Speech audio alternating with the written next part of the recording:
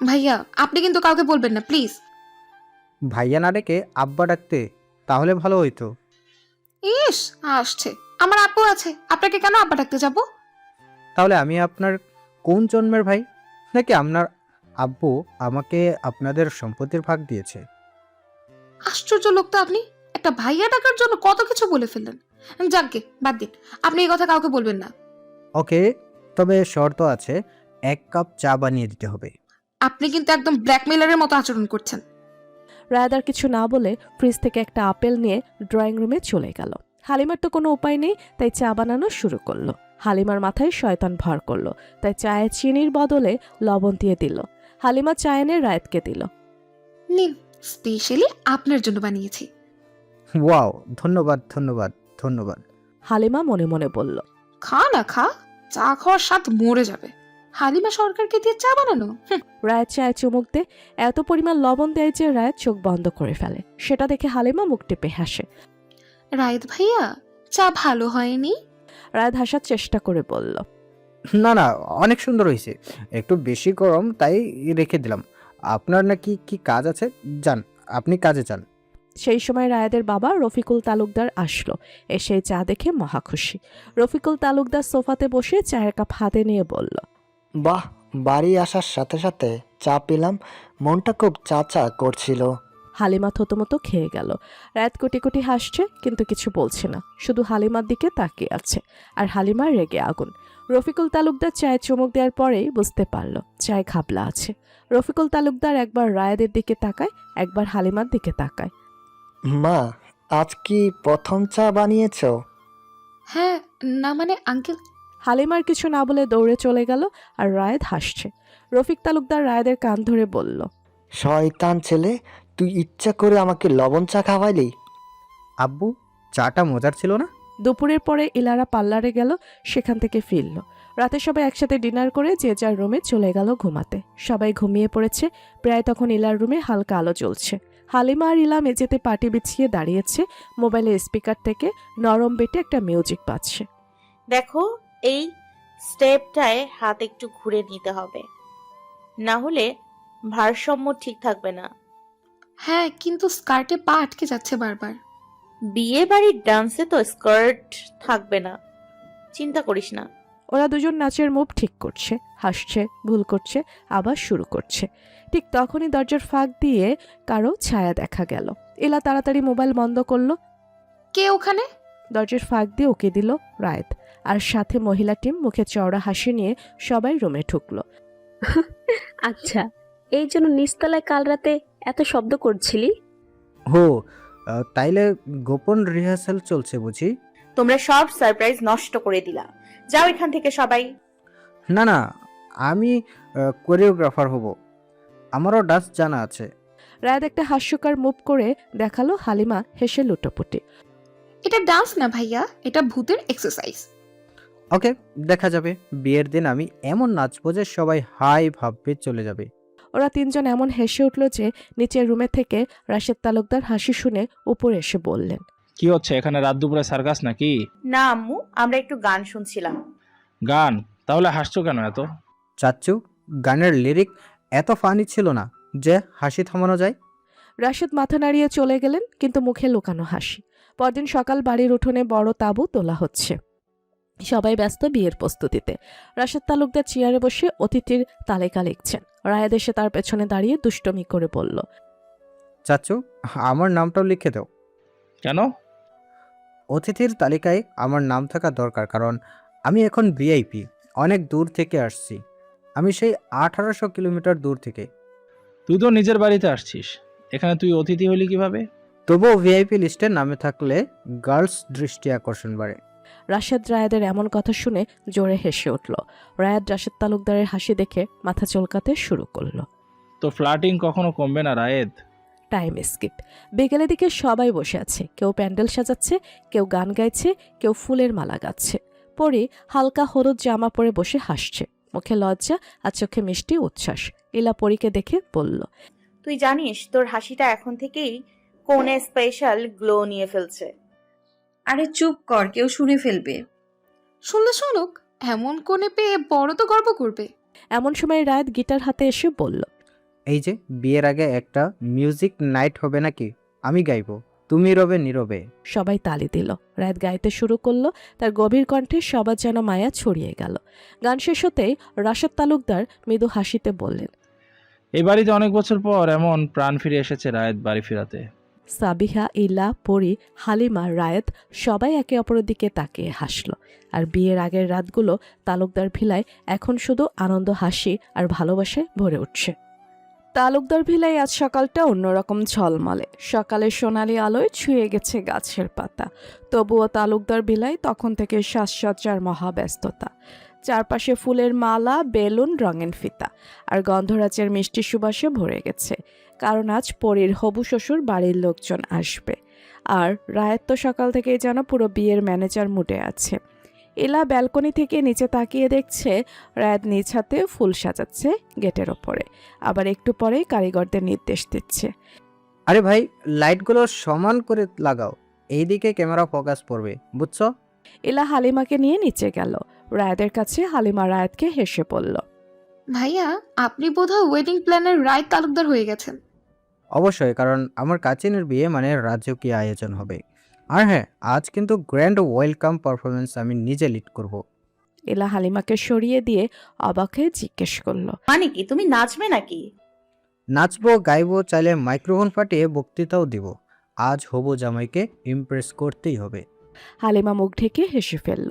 ঠিক তখনই সাবিহা নিচ থেকে ডেকে উঠলেন, ইলামা, পরীর ঘরে যা তো, ওর সাজুগুজ শেষ হলো কিনা দেখ।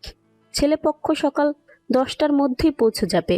এলা হালিমা চলে গেল পরীর রুমে। রাত সবকিছু দেখাশোনা করছে, বাড়ির মহিলারা রান্নার কাজে ব্যস্ত। Time skip. সময় সকাল 9:30। তালুকদার ভিলার সামনে রঙিন গেটের ওপরে বড় হরফে লেখা, ওয়েলকাম খান ফ্যামিলি। রাস্তায় ফুল ছড়ানো, দুপাশে সারিবদ্ধ করে দাঁড়ানো গ্রামের বাচ্চারা, হাতে ফুলের ঝুড়ি। দরজার পাশে রায়েত সাদা শার্ট, হালকা নীল ওয়েস্টকোট, কালো সানগ্লাস পরে দাঁড়িয়ে আছে, একদম সিনেমার হিরো মোডে। ঠিক তখনই দূর থেকে শোনা গেল গাড়ির হর্ন। 4টি কালো গাড়ির কাফেলা ধীরে ধীরে গেটের সামনে এসে দাঁড়ালো। প্রথম গাড়ির দরজা খুলে নামলো এক মধ্যবয়সী ভদ্রলোক, পরনে অফ হোয়াইট পাঞ্জাবি, হাতে হালকা সোনার ব্রেসলেট, মুখে গাম্ভীর্য। তিনি হলেন মোশাররফ খান, পরীর হবু শ্বশুর। তার পাশে নেমে এলেন মার্জিত হাসি মুখে এক পরিমিত সৌন্দর্যের নারী শায়লা খান, পরীর হবু শাশুড়ি। সবাইকে সালাম, অভ্যর্থনা, হাসি দিয়ে শুভেচ্ছা জানাচ্ছে। তবুও চোখ সবার এক জায়গাতেই আটকে গেল। শেষ গাড়ি থেকে নামলো লম্বা এক যুবক, বয়স সর্বোচ্চ 28, পরনে সাদা শার্টের উপর কালো ব্লেজার, হাতে ঘড়ি, চোখে হালকা কালো সানগ্লাস। চুলগুলো একটু এলোমেলো, কিন্তু সেই এলোমেলোতেই তাকে আরও আকর্ষণীয় করে তুলেছে। সামান্য দাড়ি, মুখে ঠান্ডা আত্মবিশ্বাস, শরীরটা একদম জিম ফিট, হাতে ফুলের তোড়া নিয়ে হেঁটে আসছে। হাঁটার সময় তার প্রতিটি পদক্ষেপ যেন মাটির সাথে আলাদা এক ছন্দে পড়ে। সে হচ্ছে পরীর হবু জামাই আদিব খান। রায়াত মুখ নিচু করে দুষ্টমি করে হেসে ফেলল। এটা কি বর নাকি কানাডার কোনো মডেল? ইলা তো পুরো অবাক, কারণ ছবির থেকেও বাস্তবে পরীর জামাই বেশি সুদর্শন। ইলা পাশে দাঁড়িয়ে মৃদু হেসে বলল, পরীর তো ভাগ্য খুলে গেল একেবারে। এই লোকটার ঠান্ডা চোখে এমন কিছু আছে যেন ভয়ও লাগে, আবার তাকিয়ে থাকতে মনও চায়। আহা, আপনি আবার প্রেমে পড়ে যাবেন না যেন। এটা আমার বোন জামাই। ঠিক তখনই পরী উপর থেকে নিচে এলো।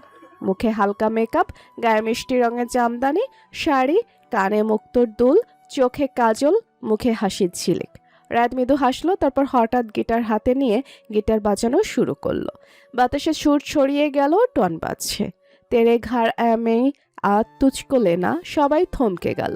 মুহূর্তে সবার চোখ রায়াদের দিকে, আর অন্যদিকে আদিপ হেসে সামনে এগিয়ে এলো। রায়াত গিটার বাজাচ্ছে আর আদিপ গান ধরলো। তার কণ্ঠে মিশে আছে লজ্জা, ভালোবাসার, আত্মবিশ্বাসের সুর। तेरे घर आया मैं आया तुझको लेने दिल की बदले में दिल की नजराना देने मेरी हर धड़कन क्या बोले हैं सुन सुन सुन। সবাই অবাক হয়ে তাকিয়ে আছে। পরীর গাল হালকা লজ্জার লাল আভা দেখা দিয়েছে। আদিপ পরীর কাছে চলে আসলো। আদিপ পরীকে দেখে কিছুক্ষণ একদৃষ্টে তাকিয়ে থাকলো। তার ঠোঁটের কোণে হালকা এক হাসি ফুটে উঠল, একটা বিনম্র অথচ গভীর দৃষ্টি, যা আশেপাশে সবাই লক্ষ্য করলো। অন্যদিকে এক মুহূর্তের সময় যেন থেমে গেল। হালিমা আর ইলা দুজনে একে অন্যের দিকে তাকিয়ে মৃদু হাসল। পরীর জামাই তো বেশ রোমান্টিক দেখছি। ইস, আমার কপালেও যদি এমন কেউ আসতো। তুই চাইলে হয়তো কেউ গিটার হাতে তোকে খুঁজে নেবে একদিন। হালিমা চুপ করে গেল, চোখ নামিয়ে নিচু স্বরে বলল। আমার জন্য এমন সুর হয়তো কারো ভেতর নেই। তাসলিমা, রুকসানা, সাবিয়া এসে অতিথিদের অভ্যর্থনা করলেন। আসেন ভাই, এতদিন পর অবশেষে দেখা হলো। আলহামদুলিল্লাহ, আমার হবু বৌমাকে দেখার জন্য আমি অস্থির হয়েছিলাম। পরীর কথা শুনে মন ভরে গেছে আমার। আন্টি আপু আসলে পুরো বাড়ির লাডলি। এখন কিন্তু আমি দায়িত্ব নিচ্ছি হবু জামাইয়ের গ্র্যান্ড ওয়েলকামের। সবাই তৈরি তো? ড্রাইভার থেকে শুরু করে কেয়ারটেকার পর্যন্ত সবাই তাকিয়ে আছে রায়াদের দিকে। রায়াদ হঠাৎ গিটার হাতে নিয়ে এক্সাইটেড ভাবে গাইতে শুরু করলো। একটা ওয়েলকাম সং গাইলো। গান শেষ হতেই বাচ্চারা ফুল ছিটালো, চারপাশে করতালির শব্দ, আর আদিব খান ঠান্ডা হেসে বলল, I have never got a such royal welcome before. Impressive. এটাই তালুকদার ভিলার স্টাইল ভাই। ভাই নাকি হবু শালুক সেটা বোঝাই মুশকিল। এই লোকটা সত্যিই পরীর জন্য পারফেক্ট। ওয়েলকাম শেষ করে সবাই নাস্তা শেষ করে গেস্ট হাউসে গিয়ে বিশ্রাম নিচ্ছে। তালুকদার বাড়ি এখন একেবারে নিস্তব্ধ, শুধু দূরে পাখির ডাক আর ভেতরে রান্নাঘরে হাড়ির টুংটাং শব্দ।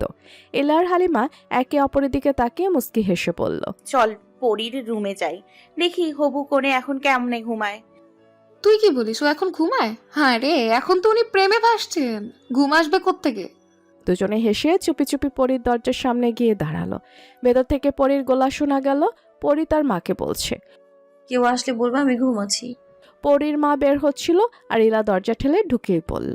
এই যে ঘুমন্ত রাজকন্যা, হবু জামাইয়ের গান শুনে এখন ঘুমের দেশে যাচ্ছিস? সেটা হতে দিব না। আর লজ্জা দিস না, তো এমনি অনেক লজ্জা পাইছি তখন। সবাই কিভাবে দেখছিল।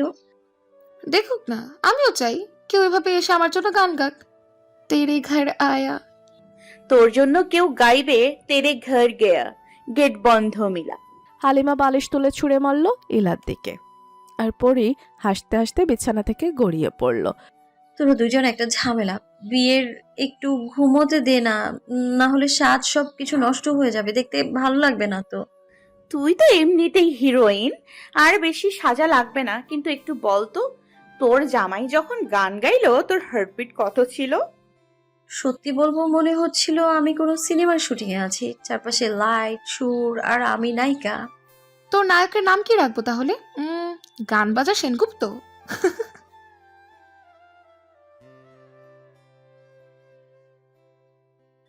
ইস ইলা, তোরও যদি এমন কেউ থাকতো তাহলে আমরা ডাবল কনফারেন্সের রোমান্স আলোচনা করতাম। আমার জীবনে এখন কনফারেন্স না, শুধু রহস্য চলছে। কিসের রহস্য রে? বাদ দে, কিছু না, তুই ঘুমা। দুপুরে পরে সবাই বসলো বড় ডাইনিং হলে। রাশেদ তালুকদার, করিমউদ্দিন তালুকদার, রফিকুল তালুকদার আর মোশাররফ খান পাশাপাশি বসে গল্প করছেন। আলোচনার মাঝে রাশেদ বললেন, আদিব, শুনলাম তুমি কানাডায় কোনো কোম্পানিতে কাজ করো। জি আঙ্কেল, আমি টরন্টোতে অ্যাটলাস টেক ইনোভেশনে সিনিয়র সফটওয়্যার ইঞ্জিনিয়ার। ছোটবেলা থেকেই টেক নিয়ে কাজ করতে ভালোবাসতাম। মানে আপনি প্রোগ্রামার কিন্তু দেখতে পুরো হিরো টাইপ। এমন লোকেরা কোডিং করার সময়ও মেয়েদের হার্টবিট বাড়িয়ে দেয় নিশ্চয়। সবাই হেসে উঠল। পরে মুখ নিচু করে হালকা লজ্জায় রঙিন হয়ে গেল। শায়লা খান হাসি মুখে বললেন, আমার ছেলেকে দেখলে মনে হয় খুব সিরিয়াস, কিন্তু আসলে ভেতরে অনেক মজার মানুষ ও। ও, তাহলে বউকে হাসিয়ে রাখার দায়িত্ব ঠিকঠাক পালন করতে পারবে। আলহামদুলিল্লাহ, আমার বোন সুখী হবে। বিকেল গড়িয়ে সন্ধ্যা নেমেছে। তালুকদার ভিলার উঠোনে লাইট জ্বলে উঠেছে। চারপাশে সাজানো মোমবাতি, পেছনে বাজছে হালকা মিউজিক। আদিব দাঁড়িয়ে আছে, হালকা বাতাসে চুলগুলো উঠছে। পরে একটু দূরে দাঁড়িয়ে তার দিকে তাকিয়ে রইল। প্রথম দেখা, তবুও মনে হচ্ছে যেন বহুদিনের চেনা এক আত্মা। আদিবের দৃষ্টি পরীর চোখে গিয়ে থামল। দুজনের চোখে অদ্ভুত এক নীরবতা, যেন অজানায় শুরু হয়ে গেল এক নতুন অধ্যায় ভালোবাসার, লজ্জার আর কিছু অচেনা অনুভূতির। কেউ কিছু বলছে না, শুধু দুজন তাকিয়ে আছে নীরবে। পরের দিন সকাল 10টা, শায়লা খান ব্যস্তমুখে রান্নাঘরে এসে সাবিহাদের বলল, আমার ভাই আসছে। আজকাল ছেলের জন্য আসতেও পারেনি, তাই আজ আসছে। কিন্তু বাড়িটা চিনবে না, কেউ যদি গিয়ে নিয়ে আসতো। তাসলিমা বলল, মেছো রায়েতকে একটু পাঠানা বোন। সাবিহা তখন পাশ থেকে পড়ল। রায়েত এত সকালে উঠবে? সত্যিই ঘড়িতে তখনও 10টা বাজে, কিন্তু রায়াত এত সকালে উঠে না, আর বাড়ির বড়রা সবাই বাজারে গেছে, ঘরে শুধু মহিলারা। ঠিক তখন এলা স্কুটি নিয়ে বের হচ্ছিল। বাইরে কিছু কাজে সাবিহা তাড়াহুড়ো করে ডেকে বলল, ইলামা, একটা কাজ করতো। আদিবের মামারা এসছে, তার পরিবারও সাথে আছে, তুই একটু গিয়ে নিয়ে আয় তো ওদের। তোর শায়লা আন্টির কাছ থেকে নাম্বারটা নিয়ে নিস। এলা কিছু না বলে মাথা ঝাঁকালো। শায়লা খানের কাছ থেকে ফোন নম্বরটা নিয়ে স্কুটিতে উঠে চলে গেল। রাস্তায় বেরিয়ে ফোন দিল। নম্বরটিতে ওপাশ থেকে ভদ্র এক পুরুষ কণ্ঠ, আদিবের মামা। এলা লোকেশন শুনে ড্রাইভারকে বললেন, এইদিকেই চলো চাচা, তারা বাজারের ওইখানে আছে। কিছুক্ষণ পর গাড়িটা নিয়ে এলারা আদিবের মামাদের সামনে এসে থামলো। ভদ্রভাবে সবাইকে সালাম দিল। এলা, আদিবের মামা, মাম্মি আর তাদের মেয়ে দাঁড়িয়ে আছে।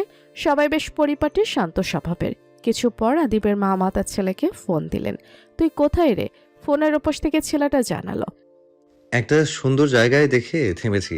আব্বু একটু ঘুরে তারপর যাচ্ছি, একটু দেরি হবে। তোমরা চলে যাও, আমি খুঁজে চলে যাব। আদিবের মামা তখন হেসে বললেন, ঠিক আছে, আমরা আগে যাচ্ছি, তুই পরে আই। ফোন কেটে তিনি গাড়িতে উঠে পড়লেন পরিবারের সঙ্গে। এলা তাদের বিদায় জানিয়ে তাদের গাড়ি চলে যেতে দেখলো। তারপর ধীরে ধীরে স্কুটিটা ঘুরিয়ে নিজের পথে রওনা দিল। যেমন শান্ত সকালটা ছিল, তেমনই নিঃশব্দে মিশে গেল সে নিজের কাজে। 2 ঘন্টা পরে রোডটা তখন একটু নরম হয়েছে। হালকা বাতাস বইছে গ্রামের পাকা রাস্তা জুড়ে। এলা স্কুটিতে চুপচাপ বাড়ির পথে ফিরছিল। রাস্তার দুপাশে ধান ক্ষেতের মিষ্টি গন্ধে, দূরে গরুর ঘণ্টা ধ্বনি, সবকিছুই শান্ত স্নিগ্ধ। হঠাৎ দূর থেকে একটা চেনা অভাব চোখে পড়ল। একটা ছেলে কারোর সঙ্গে কথা বলছে, যেন কিছু জিজ্ঞেস করছে। এলার চোখ সরু হয়ে গেল। স্কুটি একটু ধীরে চালিয়ে কাছে যেতে না যেতেই বুকটা ধক করে উঠল। এটা আরিয়ান। রাক্ষসটানা আরিয়ানের পরনে কালো শার্ট, চোখে সানগ্লাস, এক হাতে ঘড়ি, অন্য হাতে ব্রেসলেট, আর সে আগের মতো অহংকারে ভরা মুখ। সে কারো দিক থেকে ঠিকানা জেনে নিচ্ছে। মুখে হালকা হাসি, চোখে তীক্ষ্ণ দৃষ্টি। ইলার ভেতরে বিরক্তি আর ভয় মিশে গেল। একসাথে মনে মনে বিড়বিড় করে বলল, এই রাক্ষসটা আবার আমাকে খুঁজতে খুঁজতে আমার গ্রামেও চলে এলো, শেষ পর্যন্ত শান্তি দিল না একটু। ইলার মুখের কোণে হালকা রাগী হাসি ফুটে উঠল। স্কুটিটা পাশ দিয়ে ঘুরিয়ে নিতে চাইল। মনের ভেতর এক অদ্ভুত টান কাজ করলো। সে জানে আরিয়ানের সঙ্গে দেখা মানে কোনো না কোনো ঝড় আসবে, আবার থাপড়ও খেতে পারে। কিন্তু তবু ইলা সাহস করে আরিয়ানের দিকে এগিয়ে গেল। ইলা স্কুটি থামলো। হৃৎপিণ্ড ধপধপ করছে, কিন্তু সে নিজেকে শান্ত করলো। আরিয়ান তো কখন ওকে দেখেনি, শুধু চোখ দেখেছে, মুখ নয়। এভাবে মুখটা শক্ত করলো। এলা চুলগুলো কাঁধের ওপর ছড়িয়ে পড়েছে, বাতাসে উঠছে লম্বা কালো চুলগুলো। চোখে সে সহজ বিনয়ী দৃষ্টি, ঠোঁটে সামান্য হাসি নিয়ে এগিয়ে গেল আরিয়ানের দিকে। এক্সকিউজ মি ভাইয়া, কিছু হয়েছে? এলার কণ্ঠ নরম সুরেলা বাতাসের সঙ্গে মিলেমিশে যেন হালকা সঙ্গীতের মতো বেঁচে উঠল। আরিয়ান তখন একটা বৃদ্ধকে কিছু জিজ্ঞেস করছিল, কিন্তু কণ্ঠটা শুনেই ধীরে ধীরে ঘুরে তাকালো। চোখের দৃষ্টি থেমে গেল এক জায়গায়। সামনে দাঁড়িয়ে থাকা মেয়েটার দিকে এক মুহূর্তের জন্য সময় যেন থেমে গেল। কালো চুলে রোদের ঝিলিক, চোখে অচেনা শান্তি, ঠোঁটে অচেনা হাসি। তার চোখে যেন রোদের নিচে লোকানো এক জ্যোৎস্না। আরিয়ানের বুকের ভেতর অদ্ভুত কিছু খেলে গেল, কিন্তু মুখে কিছু প্রকাশ পেল না। চেহারা এখনো সে আগের মতো কঠিন ভাব, ঠোঁট শক্ত, চোখে মাপা দৃষ্টি। আরিয়ান শুধু ধীরে বলল, কিছু না, রাস্তা খুঁজছি। আপনি যদি বলেন আমি সাহায্য করতে পারি, তো কোন জায়গায় যেতে চান? আরিয়ান একবার মাথা তুলল, আবার তাকালো ওর দিকে। চোখের কোণ দিয়ে 1 সেকেন্ডের বেশি তাকাতে চায়নি, তবু অজান্তেই দৃষ্টি আটকে গেল মেয়েটার চোখে। না, দরকার নেই। শব্দটা ছিল ঠান্ডা, কিন্তু ভেতরে কোথাও যেন উষ্ণতার রেখা ছুঁয়ে গেল। এলা হালকা মাথা নেড়ে হেসে বলল, ঠিক আছে ভাইয়া, সাবধানে যাবেন, সেফ জার্নি। বলে স্কুটি স্টার্ট দিল। চুলগুলো আবার বাতাসে উঠল, আর আরিয়ান দাঁড়িয়ে রইল, চোখে অনিচ্ছুক দৃষ্টি নিয়ে, যেন কিছু খুঁজে পেল, কিন্তু বুঝে উঠতে পারছে না ঠিক কি। তার ঠোঁটের কোণে এক ফোঁটা হাসি ফুটে উঠল, খুব অল্প, খুব অচেনা। তারপর আরিয়ান আবার মুখ ফিরিয়ে নিল, কিন্তু বাড়ি খুঁজে না পাওয়ায় আরিয়ান একটু বিরক্তি নিয়ে চিল্লিয়ে বলল, তালুকদার বাড়ি কোন দিকে বলতে পারবেন? এলা এই কথা শুনে অচেতন ভরে এক ধাক্কা মারে, মুখে একটু ছলে ছলে হেসে পড়ল, বেটা এইবার লাইনে আয়, এবার আমার এলাকায় এসেছিস, এবার থাপ্পড়ের প্রতিশোধ নিব। এই যে চিনেন আপনি তালুকদার বাড়ি? তার ভাঁজ কণ্ঠে আগের মতোই একচেটিয়া ঠান্ডা ছিল, কিন্তু চোখে অদ্ভুত এক ঝিলিক লুকিয়েছিল। এলা চট করে বলল, আমার স্কুটিতে উঠুন। আরিয়ান ইলার কথা শুনে অবাক হয়ে অর্ধচোখে তাকিয়ে বলল, আপনি অ্যাড্রেস দিন, আমি নিজেই চলে যাব।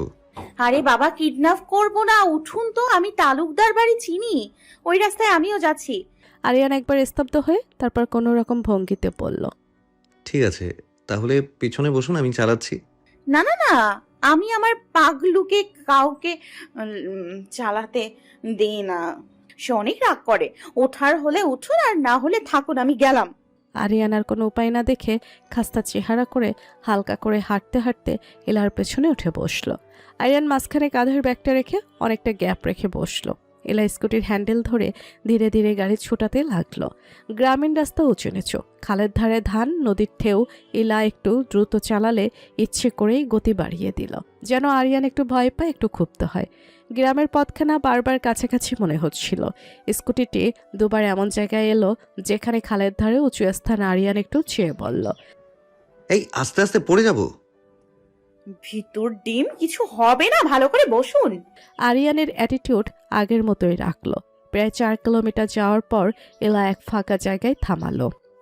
দুপাশে পাকা ধান ক্ষেত, সামনে দূরে ছোট্ট একটা গ্রাম দেখা যাচ্ছে। গ্রামটির ঠিক সামনে পথ আছে, আর সেই পথটা যদি ধীরে ধীরে এগোই তবেই তালুকদার বাড়ির দিকে পৌঁছে যায়। ইলা আরিয়ানকে এভাবে বলে বোঝালো কথাগুলো। শান্ত, কিন্তু কণ্ঠে এক আচ্ছন্নতা ছিল। ওই গ্রামে গিয়ে যে কাউকে জিজ্ঞেস করলে তালুকদার বাড়ি দেখিয়ে দেবে। আমার একটু তাড়া আছে, তাই আর যেতে পারলাম না। আপনি সেখানে গেলে ঠিক পথ পেয়ে যাবেন। ইরান নীরবে একটা সেকেন্ড তাকিয়ে থেকে ধীরে ধীরে বলল, ধন্যবাদ উপকার করার জন্য। তার কণ্ঠে ছিল অল্প কৃতজ্ঞতা, মুখে তার ঠান্ডা ভাব বজায় ছিল, কিন্তু চোখটা কিছুটা নরম হয়ে উঠেছিল। সে বক্রভঙ্গিতে হালকা নড়চড় করে স্কুটির পেছন থেকে নামলো, একটা নম্র করে বলল, ভালো থাকবেন। ইলা স্কুটিতে বসে তাকে দেখছিল। আরিয়ান ধীরে ধীরে গ্রামটা লক্ষ্য করে চলে গেল। তার পেছনে থেকে আচ্ছন্ন ছায়া টপ বদলে গিয়েছে, চলার সঙ্গে সঙ্গে ধীরে ধীরে গায়েব। ইলা দাঁড়িয়ে রইল, হাওয়ার সঙ্গে লম্বা কেশের কোনো কিছু কান ছাপটাতে লাগলো। সে নিজের কণ্ঠে লুকিয়ে মুস্কি হেসে বলল, আজ বুঝতেই পারবে মিস্টার রাক্ষস, ইলার সাথে লাগতে আসলে কি হয়। আরিয়ান ধীরে ধীরে গ্রামের পথ ধরে হাঁটছে। পায়ের নিচে ধুলো জমছে, শরীর ক্লান্ত, মুখে ঘাম জমে আছে। তার ভেতরটা ধীরে ধীরে রাগে টকবক করছে। মনে মনে একটাই কথা ঘুরছে, এই পাগল মেয়ে কি আমাকে বোকা বানালো? রাস্তায় এক বৃদ্ধকে দেখে আরিয়ান থামলো। বৃদ্ধকে জিজ্ঞাসা করলো, চাচা, তালুকদার বাড়ি কোন দিকে? বৃদ্ধ চোখ সরু করে তাকিয়ে বলল, বাবা, তুমি তো ভুল রাস্তায় এসেছো। তালুকদার বাড়ি ওইদিকে না, 4 কিলোমিটার আগে একটা 4 তলা পাকা বাড়ি দেখা যায়, ওইটাই তালুকদার বাড়ি। আরিয়ানের মুখের ভাব মুহূর্তে পাল্টে গেল। চোখের কোণ শক্ত হলো, ঠোঁটে হালকা এক বাঁকা হাসি ফুটল। আচ্ছা, বুঝেছি চাচা, ধন্যবাদ। আরিয়ান মাথা নেড়ে সামনে তাকালো। বাতাসে তখন ধান গাছের গন্ধ, কিন্তু আরিয়ানের চোখে আগুন। আরিয়ান মনে মনে বলল, মেয়ে আমাকে বোকা বানিয়ে পালিয়ে যাবে, যেটা সম্ভব না। তোমাকে আমি খুঁজে বের করব। আরিয়ান খানের সাথে পাঙ্গা নেওয়ার মজা তুমি বুঝতে পারবে। হালকা ঝড়ের মতো হাঁটতে শুরু করলো। আরিয়ানের ঘাম গড়িয়ে গড়িয়ে পড়ছে গলায়, কিন্তু ওর পদক্ষেপে কোনো ক্লান্তি নেই, বরং প্রতিটা পা যেন এক একটা প্রতিশোধের প্রতিজ্ঞা। 1 ঘন্টা পরে তালুকদার বাড়ির বড় গেটের সামনে এসে দাঁড়ালো আরিয়ান খান। দরজার সামনে নাম লেখা তালুকদার হাউস। সাদা পাথরের ফলকে খোদাই করা নামটা দেখে হালকা এক নিঃশ্বাস ছাড়ল। গেটে ঢুকতেই শায়লা খান চিৎকার করে উঠলেন। দ্রুত তিনি তাড়াতাড়ি এগিয়ে এসে আরিয়ানকে জড়িয়ে ধরলেন।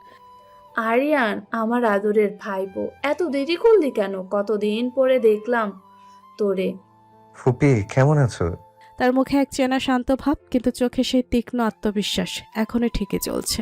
শায়লা খান নিঃশ্বাস ছেড়ে বললেন, এতক্ষণ ভালো ছিলাম না, কিন্তু এখন ভালো আছি।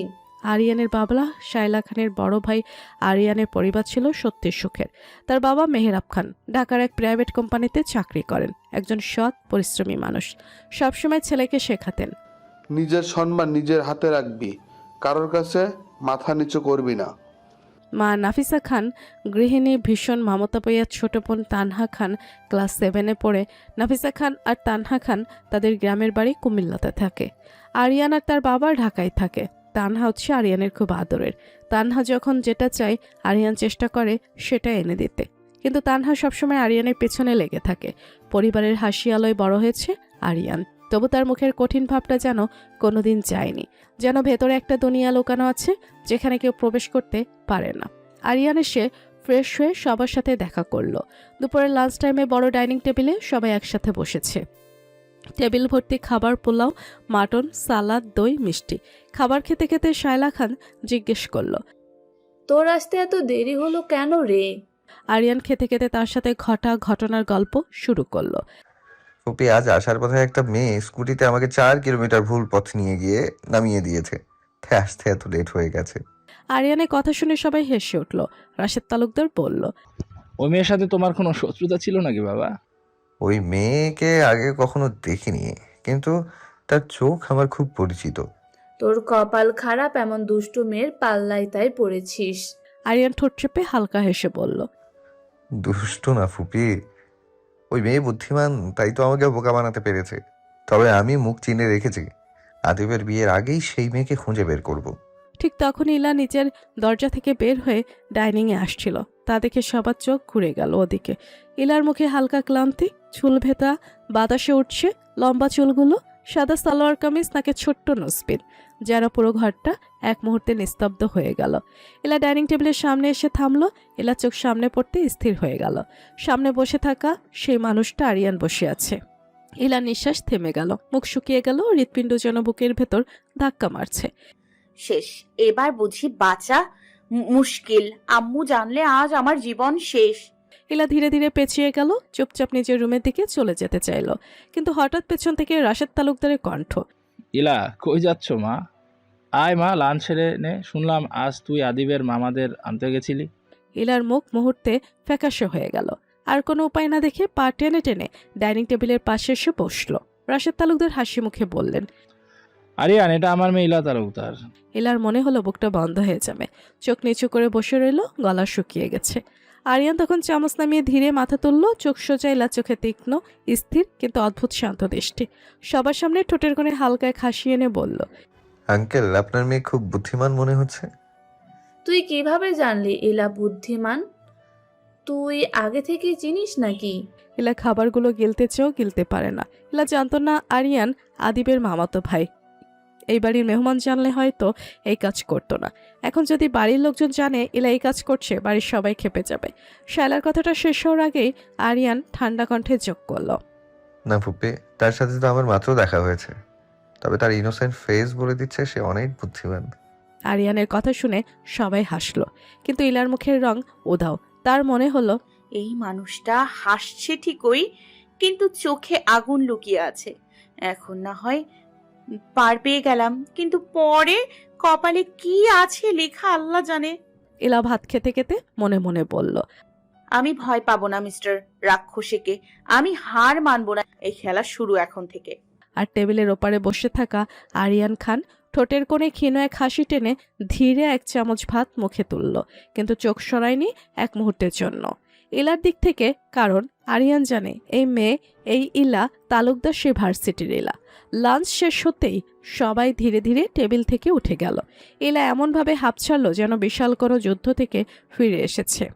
গলার কাছে আটকে থাকা নিঃশ্বাসটা বেরিয়ে গেল এক দমে। হাতে পানির গ্লাস নিয়ে নিজের রুমের দিকে দৌড় দিল। রুমে ঢুকেই দরজাটা বন্ধ করে বিছানায় ধপ করে বসে পড়ল। চোখ বন্ধ করেই নিজের কপালে হাত রাখলো। উফ, বাঁচলাম এখনকার জন্য। কিন্তু ওই রাক্ষসটা আমার চেহারা চিনে ফেলেছে। এখন শুধু সময়ের অপেক্ষা, কখন সবার সামনে কান ফাটিয়ে দেয় সেটা দেখার। আল্লাহ এই যাত্রায় বাঁচিয়ে দাও, পরের ঈদের সব সালামি মিসকিনকে দিয়ে দিব। ঠিক তখনই দরজায় টোকা পড়ল। পরি আর হালিমা দাঁড়িয়ে আছে দরজায়। ইলা, দরজাটা খোল দেখি। তুই তো খাওয়া শেষ করেই পালালি, কি হয়েছে বল একটু। দরজা খুলতেই পরি আর হালিমা হেসে ঢুকলো। হালিমার হাতে একটা ছোট্ট বাটি, ভেতরে দই। তোর প্রিয় মিষ্টি দই এনেছি, খা তো দেখি। তোরা তো জানিস না আমার পেট আজ ভয়ে ভর্তি হয়ে গেছে। পরি আর হালিমা হেসে উঠল। ঠিক তখনই দরজার পাশে কেউ কাশি দিল। সবাই ঘুরে দেখে রায়েত দাঁড়িয়ে আছে। তোমরা পার্টি করছো, আমার ইনভাইটেশন কই? রায়েতের চোখ সরাসরি হালিমার দিকে, কিন্তু হালিমা একদম ঘুরে তাকিয়ে বলল, আপনাকে কেউ ডাকেনি, ইনভিটেশন ছাড়া কারো পার্টিতে আসতেনি, জানেন না? ও তাই নাকি? তাহলে এই দুইটা আমি খেয়ে নিই।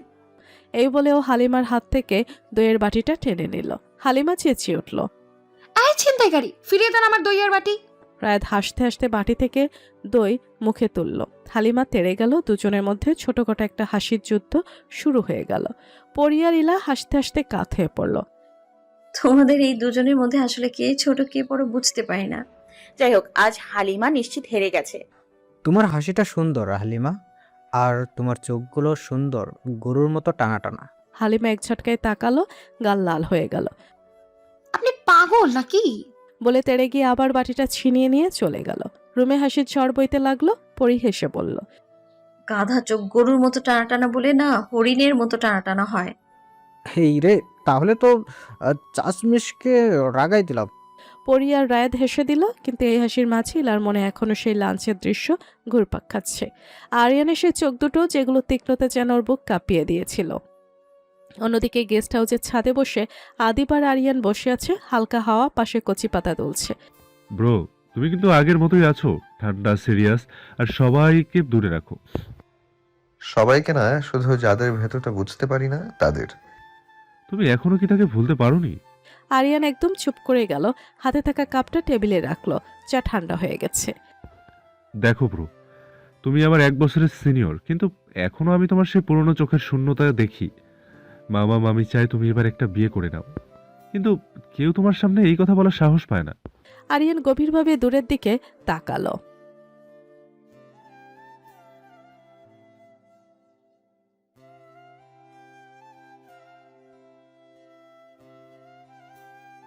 তুমি নিজেকে কষ্ট দিচ্ছ জানো তো? মানুষের লাইফে কষ্ট না থাকলে মানুষ বেঁচে থাকে না। আদিব আর কিছু বলল না। ও বুঝতে পারল এই মানুষটার ভেতর একটা গভীর ঝড় আছে, যেটা বাইরে থেকে কেউ টের পায় না। গল্প করতে করতে বিকেল হয়ে গেল। দূরে তখন ইলার হাসির শব্দ ভেসে এলো, হালকা প্রাণবন্ত। আরিয়ান মাথা ঘুরিয়ে তাকালো। একবার ছাদ থেকে আরিয়ানদের গেস্ট হাউস থেকে ঠিক দেখা যাচ্ছে ইলাদের ছাদটা। ইলা ফুলের গাছে পানি দিচ্ছে। আরিয়ানের ঠোঁটে ক্ষীণ একটা হাসি ফুটল। এই মেয়েটা আমার শান্তি কেড়ে নেবে বুঝতে পারছি। আরিয়ান উঠে দাঁড়ালো। আদিপ অবাক হয়ে বলল, ব্রো, এখন কই যাচ্ছ? কথা তো শেষ হলো না। তোর শালিকার ফুল বাগান থেকে ঘুরে আসি। ছাদের জ্যান্ত গরম আর খানিক হালকা হাওয়ায় ফুলেদের পাপড়িগুলো দোলা খাচ্ছে। এলা গুনগুন করে গান গাইছে আর ফুল গাছে পানি দিচ্ছে। আরিয়ান ছাদে এসে পেছন থেকে গম্ভীর কণ্ঠে বলল, বাহ, এই ছাদটা তো ফুলের রাজ্য। এলা হঠাৎ স্ট্যাচু হয়ে গেল। দু চোখে বিস্ময়ে, মুখে এক ঝলক রং উঠে এলা ধীরে ধীরে পেছনে পিছাতে লাগলো। আর আরিয়ান ধীরে ধীরে এগোলো। এলা পেছাতে পেছাতে দেয়ালে আটকে গেল। দুজনই এমন এক ধূসর নীরবতায় আটকে দাঁড়ালো যেন বাতাসও তাদের শ্বাস প্রশ্বাস শুনছে। আরিয়ান তার ঠোঁট থেকে বেছে বেছে বলল, ভুল রাস্তা দেখিয়ে দেওয়ার মানে কি? কণ্ঠটা ঠান্ডা কিন্তু ভাঙা ভাঙা কোনো সুর লুকিয়ে আছে। এলা কণ্ঠ কেঁপে উঠে বলল, দেখুন, আমি শুধু মজা করছিলাম। আমি ভাবছিলাম আপনি আমাকে খুঁজতে এসছেন। কথাটা মাঝেই থেমে গেল আরিয়ান। আর কিছু বলতে দেয়নি। হঠাৎই সে এক থাপ্পড় বসালো ইলার গালে, যেন বাতাসে চিড়ে গেল। ইলার গালে লাল চিহ্ন উঠল। চোখে এক ঝলক বিস্ময় আর ব্যথা মিলেমিশে এলো। তারপর আরিয়ান চোখ কুচকে উচ্চস্বরে বলল, স্টুপিড গার্ল, নিজেকে কি ক্যাটরিনা মনে করেন যে আমি আপনার প্রেমে পড়ে ঢাকা থেকে এখানে আসব? আপনি ভাবছেন কি? ইলার অচেতন গলায় শব্দ ওঠে, কিন্তু সে নিজের ভেতর থেকে শক্ত হয়ে উঠল।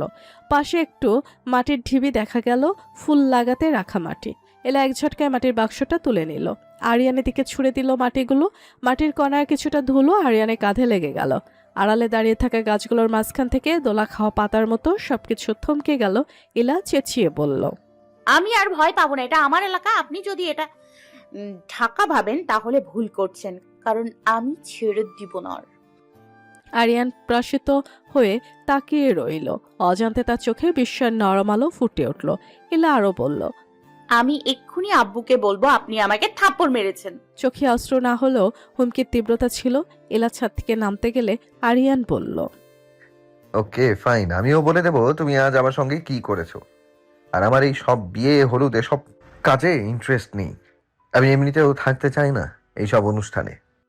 কণ্ঠে হালকা ঠোঁটচাপা হাসি, কিছুটা আঠালো কিছুটা ব্যথা ছাপটা। এলা ক্রোধে কণ্ঠে গজগজ করে আবার পানির মগ নিতে তেড়ে আসলো আরিয়ানের দিকে। এলা আরিয়ানকে পানি দিতে আসছিল। এলা আরিয়ানের কাছাকাছি এসে পানি দিতে যাবে। আরিয়ানকে হঠাৎ আরিয়ান চট করে এলার হাত ধরে ফেলল। মগটা উপরের দিকে উঠিয়ে দিল। মগটা থেকে বয়ে পড়া পানি এক ঝলক ইলার মাথায় পড়ল। পানির ফোঁটা প্রথমে চুলের ভাঁজ ধরে, তারপরে কাঁধে, তারপর গলার নিচ দিয়ে পড়ে শরীর ভিজে গেল। এলার সামনে চুলগুলো থেকে গুটি গুটি করে পানি চোখের পাপড়িতে পড়ছে। ঠোঁটে পানির ফোঁটা পড়তেই ইলার শ্বাস আটকে এলো। ঠোঁটটা একটু কাঁপলো, চোখে অচেনা উষ্ণতা বেরোতে লাগলো। আরিয়ান তখনই ধীর কণ্ঠে বলল, আপনাকে এই ভেজা চুলে একটু অন্যরকম সুন্দর লাগছে। কথা বলার সময় আরিয়ানের স্বরটা স্নিগ্ধ, কঠোরতাটা লুকিয়ে যেন এক ফোঁটা কমলতা ঝরে পড়ল। ইলার গলার ভেতর ঠেসে থাকা ভালোবাসার ক্রোধ একসাথে জেগে উঠল। ইলা হঠাৎ চট করে আরিয়ানকে দেখল। ইলার বুকে সাহস, চোখে আগুন আর গলার ভেতরে অদ্ভুত এক নীরবতা। দুজনে কিছুক্ষণ একে অপরের চোখে দেখেছিল। একদিকে রাগ, অন্যদিকে অজানা টান, আর মনকে করে দিল অচেতন, অদ্ভুত শান্ত। আরিয়ান একটু সামনে এগিয়ে এসে এক ফোঁটা পানি ইলার গালে ছুঁয়ে দিল। সে স্পর্শটা মিষ্টি, কিন্তু কোনো মতেই হিমশীতল নয়। ইলা হালকা হাসফাস করে বলল, ভাইয়া প্লিজ আমাকে ছেড়ে দিন, আমি রুমে যাব। আরিয়ান একটু কণ্ঠ নরম করে বলল, বারবার থাপ্পড় মারার জন্য সরি। আপনি আমার জন্য বিপজ্জনক। এই বিয়েতে এসে হয়তো আমি সমস্যায় পড়লাম। দুজনের মাঝে এমন এক থমথমে কোমল উত্তেজনা কেঁপে উঠল। রাতের নরম হাওয়ায় তালুকদার বাড়ির চারপাশ নিস্তব্ধ। দূরে কোথাও ব্যাঙের ডাক, মাঝে মাঝে পাতার শব্দ, আর ছাদে বসে থাকা ইলার নিঃশব্দ নিঃশ্বাস। সন্ধ্যার সময় শাওয়ার নেওয়ার কারণে মাথার ভেজা চুল এখনো শুকায়নি। মাঝে মাঝে এক একটা ফোঁটা গাল বেয়ে নিচে নেমে যাচ্ছে। ইলা হাঁটু জড়িয়ে বসে আছে, চোখে এক ধরনের হালকা ভয় আর অদ্ভুত মায়া। দূর থেকে গেস্ট হাউসের ছাদে দাঁড়িয়ে আরিয়ান এক দৃষ্টিতে তাকিয়ে আছে ইলার দিকে। আলো কম, তবু ইলার ভেজা চুল আর মুখের ছায়া বাতাসে দুলে দুলে আরিয়ানের চোখে ধরা দিচ্ছে। ঠোঁটের কোণে হালকা হাসি ফুটে উঠল, কিন্তু কণ্ঠে কোনো শব্দ নেই, শুধু ধীরে বলল, এই মেয়ে আমাকে ধ্বংস করবে। ঠিক তখন পেছন থেকে আদিব এসে কাঁধে হাত রাখলো। আদিব তাকিয়ে দেখে আরিয়ান সামনের ছাদের দিকে তাকিয়ে আছে। আদিব আরিয়ানকে বলল, ব্রো, এই রাতে তারা দেখা শুরু করেছো নাকি ওদিকে দেখছো? দুটোই দেখছি, একটা আকাশে আর একটা ছাদে। ব্রো, আমার মনে হয় তুমি বিয়ের অনুষ্ঠান শুরু হওয়ার আগেই প্রেমে পড়ে যাচ্ছ।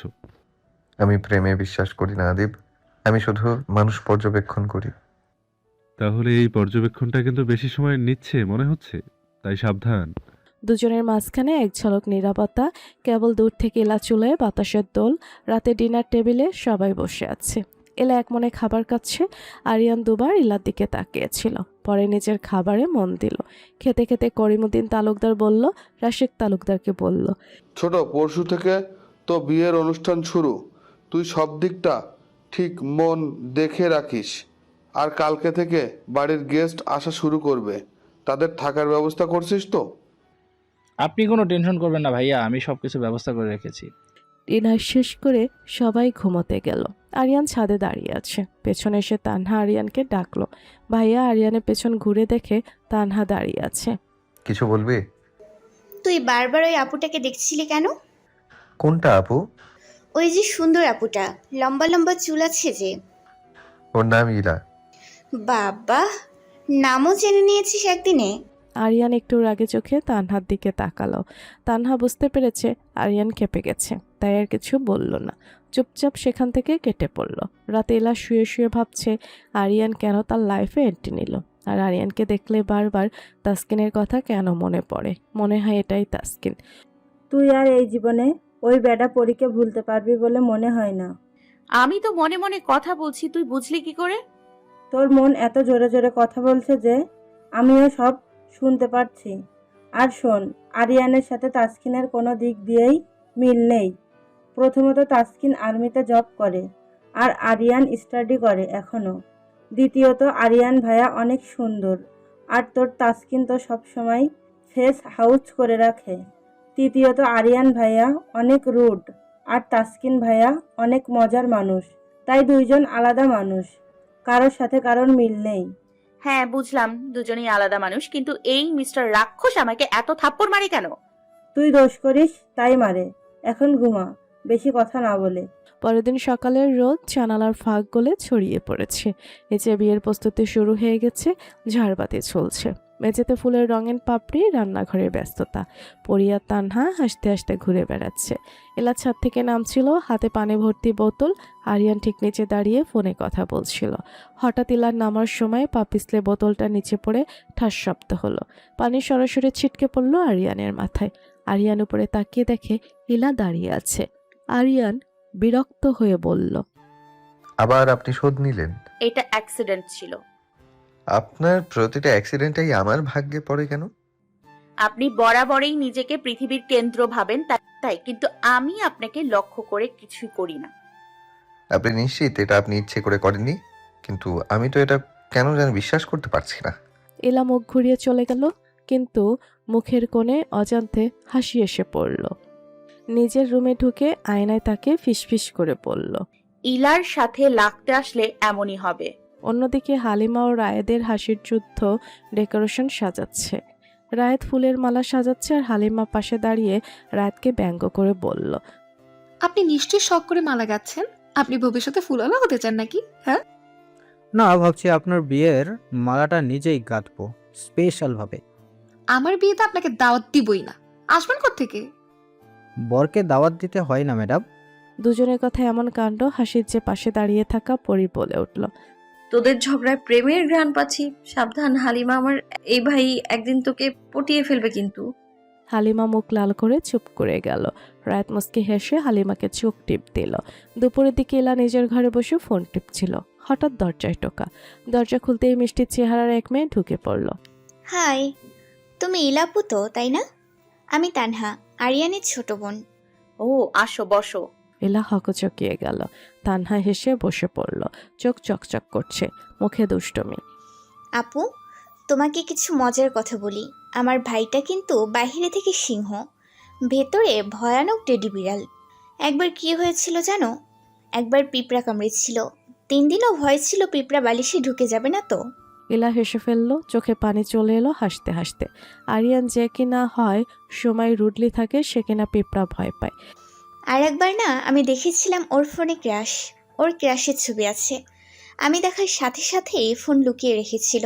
এলা হাসতে হাসতে পেট চেপে বলল, আমি তো ভাবছিলাম উনি সব সময় এত সিরিয়াস। সিরিয়াস দেখাই, কিন্তু আমার সামনে এইসব পারে না। তবে রেগে গেলে আবার জামা উল্টো দিকে পরে বের হয়। ও মাই গুডনেস, এইগুলো আমি কি শুনতেছি? আর একবার দাদু এসে ভাইয়াকে জিজ্ঞেস করছে, আরিয়ান, তুই নাকি প্রেম করতেছিস? রাতে কোন মেয়ের সাথে কথা বলিস? তখন ভাইয়া বিছানার শোয়া থেকে উঠে দাঁড়িয়ে দাদুকে বলেছে,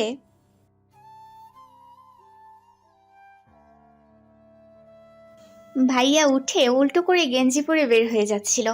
তখন দাদু পেছন থেকে বলছে, ওই মাদারের বাচ্চাটা, দুর্ভাগ্যবশত আমার ছেলে তোর বাপ বলছে। তখন ভাইয়া দরজা থেকে উল্টো হয়ে ঘুরে এসে আবার নিজের বেডে শুয়ে আস্তাক ফিরুল্লাহ পড়া শুরু করে। এলা এই কথা শুনে এত জোরে হেসে দেয় বাইরে পর্যন্ত শোনা যায়। সেই হাসির শব্দ ছাদে বসে থাকা আরিয়ানের কানে আসে। সেই হাসিটা আরিয়ান হাসির শব্দ শুনে হালকা নিঃশ্বাস ফেলল। বিকেলের হালকা সোনালি আলো তখন পুরো তালুকদার বাড়ি ছড়িয়ে আছে। সাজানো ফুলের মালা, গেটের উপরে শুভ বিবাহ লেখা ব্যানারটা হালকা বাতাসে দুলছে। রান্নাঘর থেকে ভেসে আসছে রান্নার ঘ্রাণ। ডেকোরেশন টিম লাইট সেট করছে। চারদিকে এক ধরনের উৎসবের ব্যস্ততা। ঠিক তখনই দরজার দিক থেকে গাড়ির শব্দ। পরীর মামা আর মামি এসে পৌঁছেছেন। সবাই দৌড়ে গিয়ে তাদের রিসিভ করলো। পরী এগিয়ে গিয়ে মামিকে জড়িয়ে ধরলো আর মামা হাসতে হাসতে বললেন, হাহা, আমাদের ছোট্ট বই তো এখন একেবারে বউ হয়ে যাচ্ছে। পরীর পেছন পেছন এলা, হালিমা, রায়েদ, করিমুদ্দিন তালুকদার, তাসলিমা বেগম সবাই এসেছে তাদের অভ্যর্থনা জানাতে। ঠিক তখন গাড়ি থেকে নেমে এলো 2 মেয়ে, রাফিকা আর তাবাসসুম। রাফিকার বয়স 19, পরিমিত সৌন্দর্যের মেয়ে, চোখে গাঢ় কাজল, মুখে পরিপাটি হাসি। আর তাবাসসুমের বয়স 16, দুষ্ট প্রকৃতির লাল জামা পরে একেবারে প্রাণবন্ত একটা এনার্জি নিয়ে সবাইকে হেলো বলল। ও মাই গড, এই বাড়িটা তো স্বপ্নের মতো সুন্দর লাগছে। মানুষগুলো মন্দ না, মনে হচ্ছে বিশেষ করে ওদিকে যে দাঁড়িয়ে আছে। রাফিকা তাকিয়ে দেখলো গেস্ট হাউসের সামনে দাঁড়িয়ে ফোনে কথা বলছে আরিয়ান। কালো শার্টে হালকা বাতাসে উঠছে চুল, একটা অদ্ভুত আকর্ষণ। রাফিকা একটু এগিয়ে গেল আরিয়ানের দিকে। এক্সকিউজ মি, আপনি কি এখানকার? না, আমি আকাশের, কিন্তু এখন মাটিতে আছি। আহা, তো আপনি খুবই মজার মানুষ মনে হচ্ছে। আমি রাফিকা, পরীর মামাতো বোন।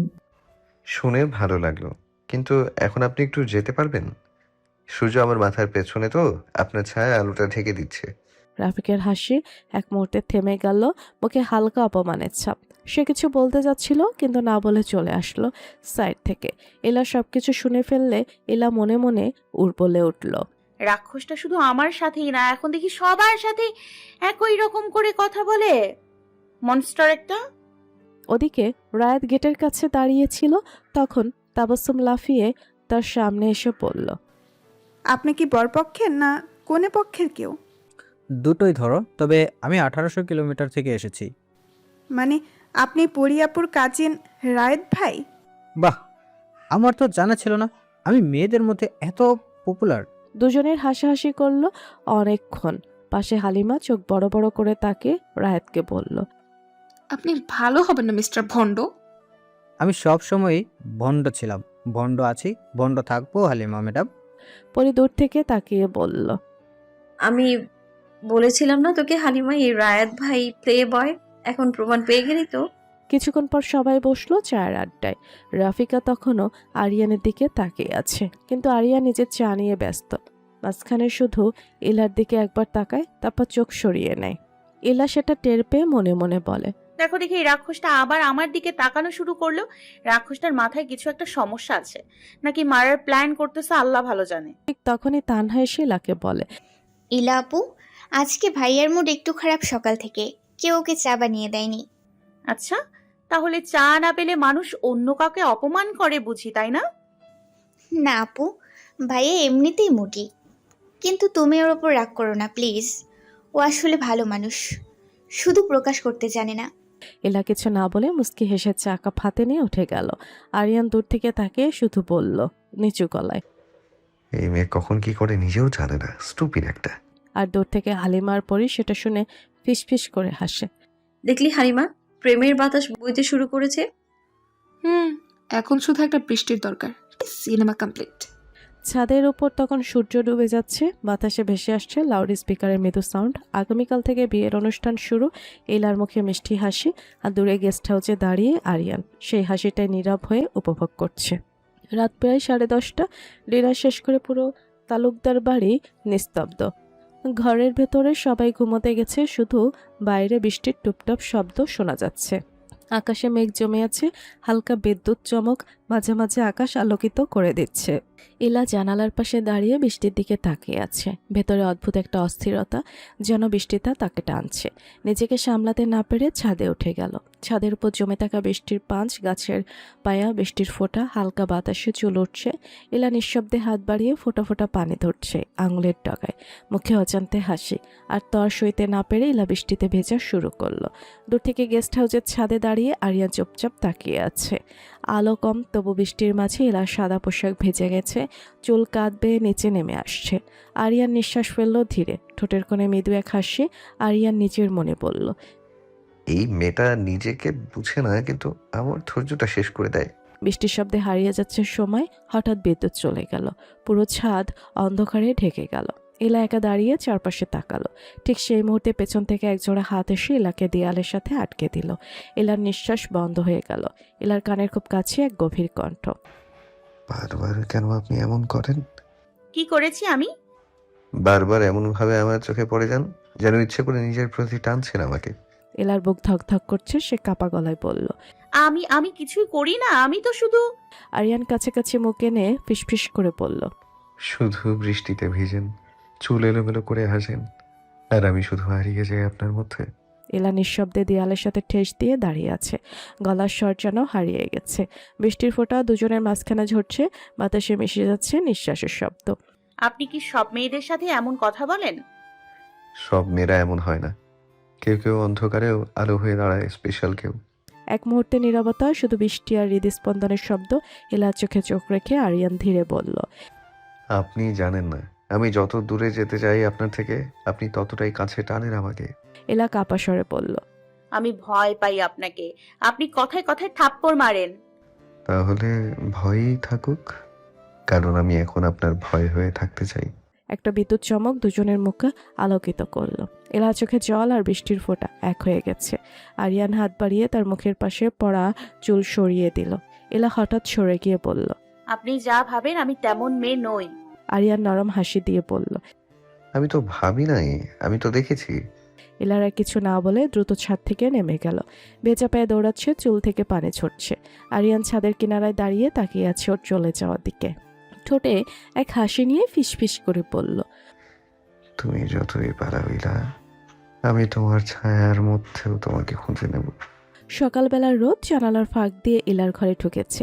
ইলা চোখ মেলেই প্রথমেই জানালার দিকে তাকালো। হাওয়া বইছে, রোদে ঝিলমিল করছে বৃষ্টির ফোঁটার রেখা, কিন্তু তার চোখে শুধু একটাই দৃশ্য বারবার ভেসে উঠছে, আরিয়ানের মুখ।